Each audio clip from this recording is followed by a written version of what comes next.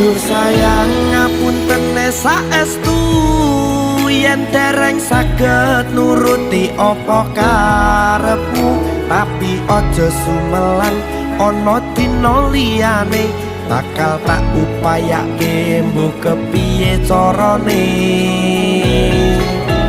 Tresnoku ora bakal luntur, sayangku ora bakal goyah senajan kahanane bubrah.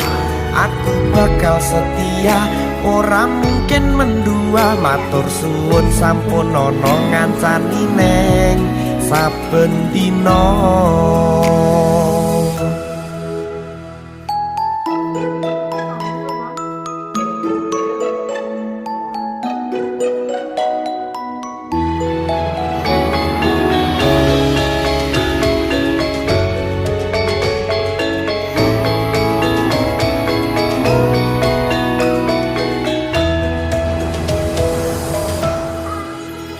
Cintaku mbok yo sampun le nesu kabeh iso rasahku.